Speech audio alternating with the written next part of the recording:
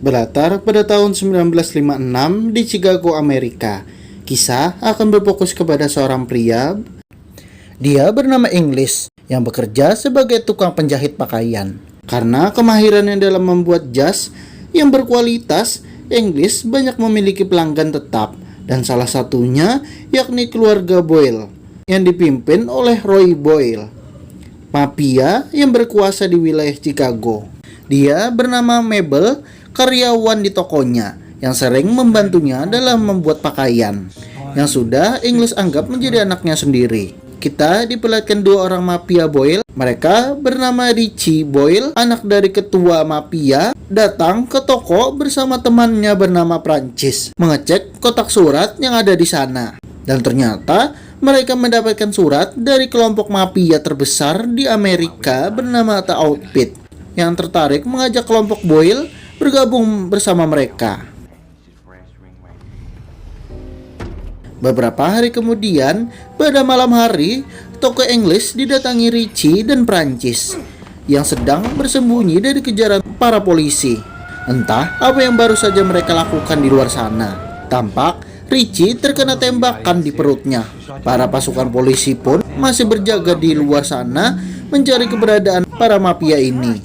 Mereka pun tidak bisa kemana-mana untuk sementara waktu, dan melihat kondisi Richie yang sedang mengalami pendarahan harus cepat ditangani segera. Prancis menyuruh English menjahit lukanya sekarang. English menolak, dia tidak bisa menjahit tubuh manusia, itu sangat berbeda. Prancis mengancamnya jika ia tidak ingin melakukannya, lebih baik dia mati sekarang juga. English yang terpaksa pun menuruti perintahnya dan bersiap akan mengoperasinya tanpa bius sama sekali.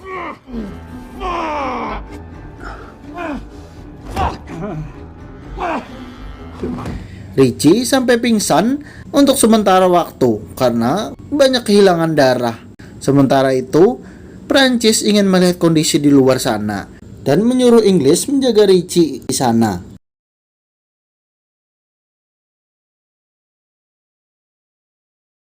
English meminta tolong jangan libatkan dia tentang pekerjaan mafia. Dia hanyalah seorang tukang jahit. Prancis bilang tokonya sudah menjadi langganan bosnya. Bosnya sudah menganggap English sudah menjadi bagian dari mafia juga. Ini adalah rekaman penyadap dari mata-mata. Untungnya para mafia Outfit memberitahu kami, dan sekarang mereka ingin memutar kaset itu agar tahu siapa pengadunya atau mata-mata musuh. Namun saingan kami, anggota La Fontaine, memergoki mereka, dan terjadi baku tembak hingga Richie terluka. Pengadu itu juga melaporkan posisi kami dengan mafia saingan mereka. Dan itulah kenapa mereka membutuhkan alat pemutar rekaman agar mengetahui siapa mata-mata dari kelompok mafia Boyle. Prancis menyuruh English menyimpan kaset ini di tempat yang aman. Dia akan pergi sementara waktu untuk meminta bantuan. Beberapa jam kemudian, setelah Richie sadar, dia berterima kasih kepada English karena dia sudah menolongnya dan meminta maaf kepada dia membuatnya dalam bahaya. English cerita ayahnya adalah pelanggan pertamanya, dan sejak itulah semua anggota mafia Boyle menjadi langganan di tokonya yang berlangsung sudah sangat lama sampai sekarang. Si ayah menyambut kedatangan si English dengan hangat di kota ini sebagai penjahit baru. Mereka bertanya-tanya siapa orang yang menjadi pengkhianat dalam geng mereka. Padahal jasa sang ayah sangatlah besar. English menduga pelakunya adalah orang yang sangat cerdas dan sangat ambisius. Dia juga sangat dekat selayaknya seperti keluarga sendiri, tapi bukan keluarga. English bertanya apakah Prancis adalah sepupunya. Richie menjawab dia bukanlah keluarganya, melainkan hanya anak pungut yang dibawa oleh ayahnya yang ada di jalanan saat dia masih kecil, dan itulah mereka bersama sejak kecil. I do hope your cousin's all right. My cousin. Prancis yang baru datang di toko, English menjelaskan kondisi Richie sekarang yang sedang tidak stabil karena belum sadar total akibat terlalu banyak kehilangan darah. Sering berbicara ngelantur dan mencurigai Prancis adalah pengadunya atau mata-mata musuh. What happened with your briefcase? What did he do? Mereka pun bertemu kembali. Richie bertanya dari mana saja dia pergi sendirian. Prancis mencari toko yang punya alat pemutar rekaman. Richie bilang, kenapa saat kelompok La Fontaine menyerang, hanya dia saja yang terkena tembakan, dan dia malah selamat. Richie pun ingin ikut bersamanya keluar. Prancis melarangnya karena kondisinya sedang terluka. Dia disuruh ayahnya untuk menjaganya tetap aman. Biar Prancis saja yang pergi membawa kaset itu. Richie memaksa ia akan ikut. Jika tidak, tunggu saja ayahnya datang ke sini. Biar kita pergi bersama-sama. Prancis bisik keras harus segera pergi. Jika tidak segera, ayahnya dalam bahaya karena mata-mata itu masih ada di kelompok mereka. Richie yang marah pun berkata dia tidak usah membawa-bawa ayahnya. Ayahmu sudah mati di jalanan, dasar anak pungut. Prancis melakukan ini karena menyayangi ayahnya. Richie menuduh Prancis lah pengadunya selama ini. Karena itu, dia buru-buru ingin pergi membawa koper ini untuk menghilangkan bukti kejahatannya. Mereka pun saling rebutan koper tersebut sehingga koper itu terpental. Dan ya, ternyata isinya kosong. Mereka saling tuduh satu sama lain karena isinya sudah tidak ada lagi. Richie yang sudah muak menodongkan senjata kepada Prancis, di mana dia menyembunyikan kaset itu. Well, guess what? As long as me and him are around.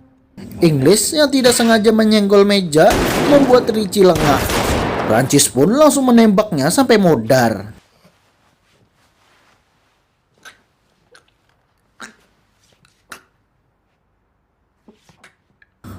Prancis bilang, kau mati bukan karena kau bodoh, tapi kau mati karena kau lemah, dasar anak bawang. What happened? God Almighty? No, He had to hide it in here somewhere. Dan ya, Roy Boyle, bos dari mafia Boyle, sudah tiba di sana, yang ingin melihat kondisi anaknya yang sedang terluka. Prancis pun menyuruh Inggris untuk mengalihkan perhatian sementara waktu. Dia akan membersihkan darah di I lantai. don't know anything about lying. Subterfuge. You don't know how to say. Well, aren't you a sight for sore eyes? Doing for my crew, my family tonight.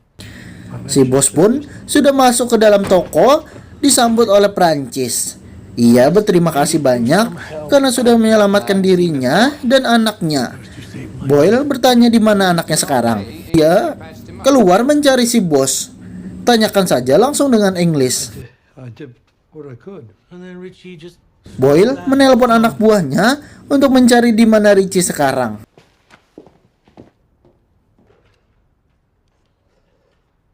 Tahu mereka dalam bahaya karena kebohongan mereka akan terbongkar cepat atau lambat. done with the Taylors.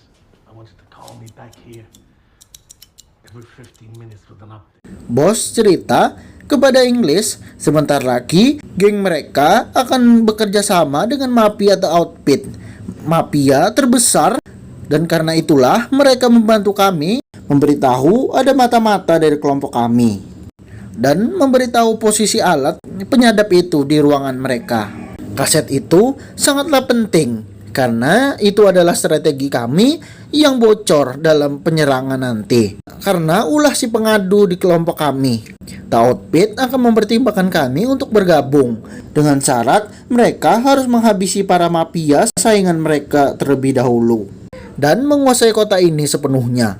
Jika rekaman itu sudah jatuh di tangan yang salah, maka habislah kita. Inggris kebingungan kenapa si bos menceritakan itu kepadanya. Si bos sudah tahu Inggris sedang menyembunyikan sesuatu darinya. Karena mantel Richie masih ada di sana tergantung dengan rapi. Ia tidak mungkin keluar tanpa menggunakan mantelnya di saat musim dingin seperti ini. Si bos meminta Inggris menjelaskan apa yang terjadi malam ini. Jika tidak, dalam hitungan 5 detik, dia akan mati. Inggris pun akhirnya jujur. Dia sudah berjanji kepada Richie tidak akan mengatakan ini kepada ayahnya. Saat ingin mengatakan Prancis langsung datang membawa mebel. Prancis menuduh dialah pelakunya selama ini karena dia berpacaran diam-diam dengan Richie. Inggris yang melihat mebel yang disandra, Inggris pun cerita tentang apa yang terjadi. Prancis berhasil menembak 4 pasukan kelompok La Fontaine. Namun, Richie tidak menembak musuh satupun, dan malah Richie yang terluka. Fontaine's men. Dan karena itulah, ia merasa malu. Richie kembali ingin menghabisi La Fontaine seorang diri agar memperbaiki nama baiknya sebagai putra Roy Boyle, dan meminta mereka merahasiakan ini kepada sang ayah. I'm not Richie's girl. Hell, you're not. I'm not. You're not? I'm not. Prancis menuduh Mabel karena dia berpacaran dengan Richie, dan bisa saja dialah orang yang membocorkan informasi tentang kelompok mereka.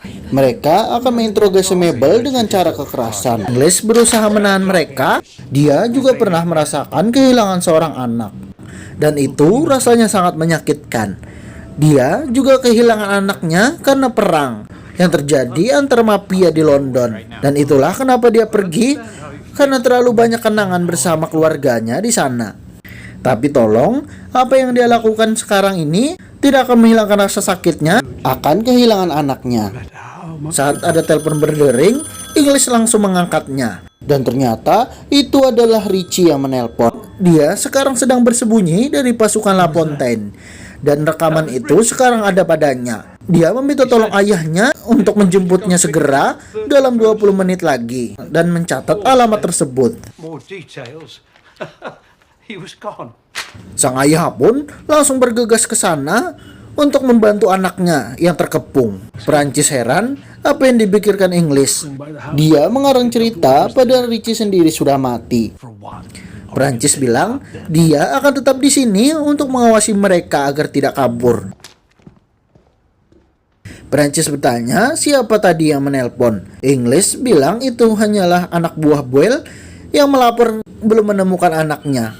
Prancis yang ingin menembak Mabel ditahan oleh Inglis. Kau membutuhkan Mabel untuk selamat. Ternyata benar, Mabel lah pengadunya selama ini. Dia menjual informasi dari geng Boyle ke La Fontaine untuk mendapatkan uang agar ia bisa pergi dari Chicago untuk memulai kehidupan barunya. Mabel lah yang membuat FBI memasang penyadap itu di markas Boyle agar bisa menangkap geng Boyle supaya dia bisa lolos. Tapi perbuatan Mabel terhendus oleh The Outfit dan memberitahu si bos ada alat penyadap di ruangan mereka. Mabel menelpon La Fontaine untuk menghabisi mereka. Dan itulah kenapa Richie dan Prancis diserang pasukan La Fontaine. Terjadilah baku tembak di sana agar mereka saling bunuh sebelum dia ketahuan. Dan kaset itu sekarang ada padanya. Dia sudah menyimpannya di dalam kain jas. Jika Mabel tidak menelpon La Fontaine dalam 2 menit, maka si bos akan kembali dengan amarahnya akan membunuh kita bertiga malam ini. Atau Mabel menelpon La Fontaine dan mereka akan menyergap pasukan Boyle dan anak buahnya, dan menawarkan kesepakatan menjual rekaman ini kepada La Fontaine. Jika Roy Boyle mati malam ini, dialah yang akan menjadi pemimpin baru kelompok Boyle. Setelah dipikir-pikir, Prancis pun setuju menyuruh Mabel untuk menelpon La Fontaine segera untuk memberitahu keberadaan Boyle dan anak buahnya berada. Yes. Dans 18 minutes, Roy Boy seront 31e.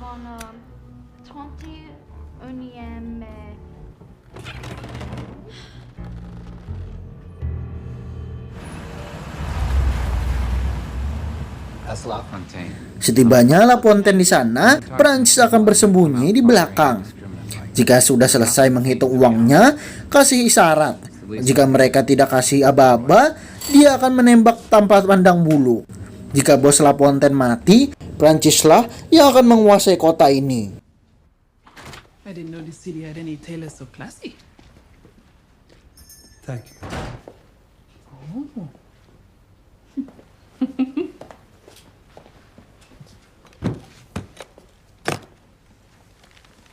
Please.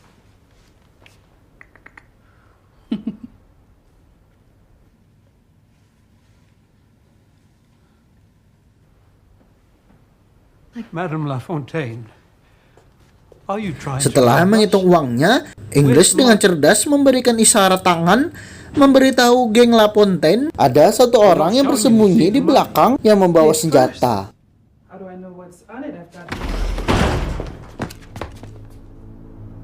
Mereka pun saling todong senjata.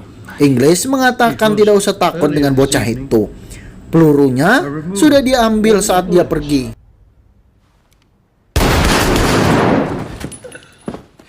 Ya, Prancis pun tewas dihabisi oleh para mafia La Fontaine.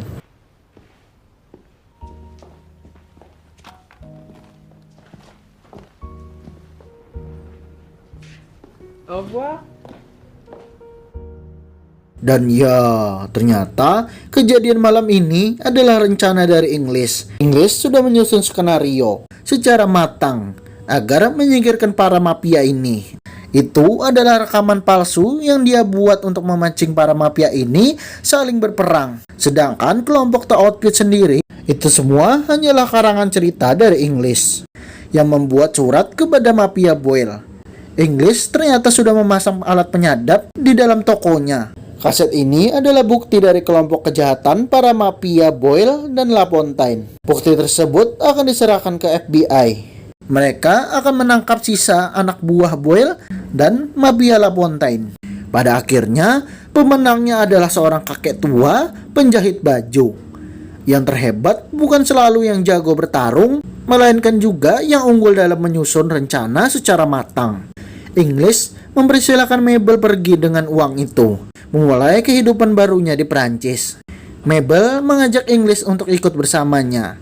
Inggris menolak karena di umurnya sekarang, sebentar lagi dia akan menjadi tua renta dan akan menjadi beban baginya. Masa mudanya akan dihabiskan untuk merawatnya saja. Dan itulah dia tidak ingin merepotkannya. Inggris harap Mabel semoga selalu bahagia dan terus berjuang untuk mencapai cita-citanya.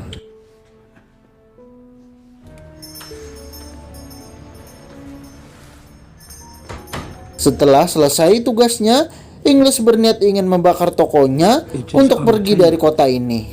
Padahal niatnya datang ke kota ini agar terbebas dari para mafia. Malah dia bertemu kelompok mafia kembali.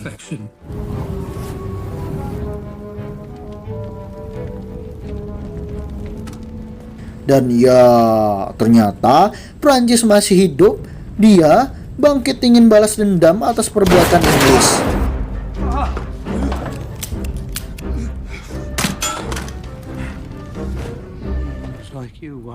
Inggris teringat akan masa lalunya. Dia sama sepertinya dulu membunuh orang untuk mencari nafkah, merampas harta dan meneror para penduduk kota untuk hidup. Inggris menunjukkan tato di lengannya yang sangat menyeramkan. Sebagai mantan mafia sewaktu muda dulu, Inggris mendapatkan misi yang ia tidak bisa lakukan dan memutuskan untuk kabur saja, bersembunyi dari kelompok mafianya. Di tempat baru, dia belajar berdagang dan belajar menjahit untuk mencari rezeki yang halal. Di sanalah dia bertemu dengan istrinya dan jatuh cinta. Dan lahirlah putri kecilnya bernama Lily. Saat dia sudah menemukan kebahagiaannya yang dia cari selama ini. Namun itu hanya sementara sebelum kebahagiaannya dirampas oleh para mafia. Para mafia itu tidak terima Inggris kabur, langsung membakar toko dan rumahnya, dan juga membunuh anak dan istrinya sampai hangus terbakar oleh api.